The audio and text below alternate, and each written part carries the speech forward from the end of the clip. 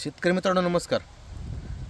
तर काल एका शेतकरी मित्राचा कॉल होता किंवा आमच्या भागामध्ये जास्त माल असल्या कारणानं रेट पडलेत का आणि आमचा माल आवडून आलेला आहे, मग आपण थांबला पाहिजे का.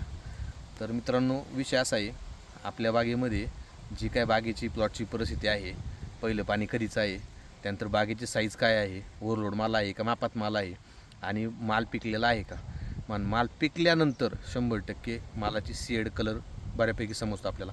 तर त्या परिस्थितीनं आपण आपलं नियोजन आणि आपला डिसिजन हा बदलायचा आहे.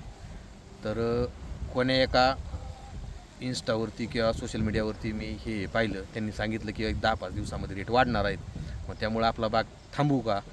तर बाकीच्यांच्या किंवा या सोशल मीडियाच्या माध्यमातून काम न करता आपल्या बागेची परिस्थिती पाहून आपण डिसिजन घेतला पाहिजे.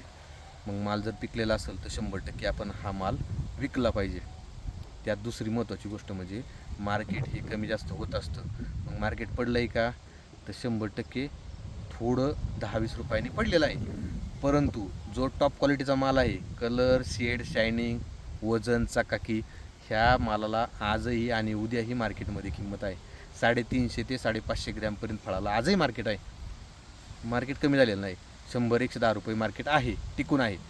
परंतु आपले बारीक माल असतात, काहींचं अपेक्षा राहते की बा सोशल मीडियाला पाहून आम्ही 100-125 सेटिंग ठेवली पहिल्या वर्षी दुसऱ्या वर्षी, मग बागेवरती माल जास्त झाला, बाग पिवळी पडली, बागेमध्ये बऱ्यापैकी ट्रेस आहे, अजून देखील आपण त्यातला माल कमी केला आहे पण अजून देखील साईज होत नाही आहे. मग आपण ह्या सगळ्या गोष्टींची बेरीज आधी पाहिली पाहिजे आणि मग आपण त्या बागेवरती निर्णय घेतला पाहिजे, बाग ठेवायची का द्यायची. त्यामुळं पूर्ण 6 महिने 6.5 महिने 7 महिन्यापर्यंत बाग टिकते परिस्थिती पाहून. आपण कुठल्या एका वाणाचं नाव घेतलेलं नाही आहे. कोणताही वाण असू द्या, ताण सहनशील वाण 100% भगवा, याच्यामध्ये माल टिकतो 6-6.5-7 महिन्यापर्यंत टिकतो. पण आपल्या बागेची परिस्थिती पाहून, बागेची साईज पाहून आपण हा निर्णय घेतला पाहिजे. कारण महत्त्वाच्या गोष्टी त्या आहेत. कारण कोणी एकाने सांगितलं की रेट वाढलेत, कोणी एकाने सांगितलं रेट कमी झालेत. कांद्यासारखी कंडिशन नाही आहे डाळिंबाची, कमी जास्त प्रमाणात 10-20 रुपयाचा फरक पडतो इकडं, पण 100% आता सध्यासुद्धा रेट 110-120 रुपयापर्यंत टिकून आहेत. परंतु ते मागची जी काही गल्लत होती आपल्या डोक्यातली 180 रुपये 200 रुपये लेवल झाली पाहिजे, तर ते सोडून द्या. ते मार्केट नाही आहे, 100-125 रुपये मार्केट आहे. त्या हिशोबाने आपण आपल्या बागेचा सौदा केला तरी हरकत नाही.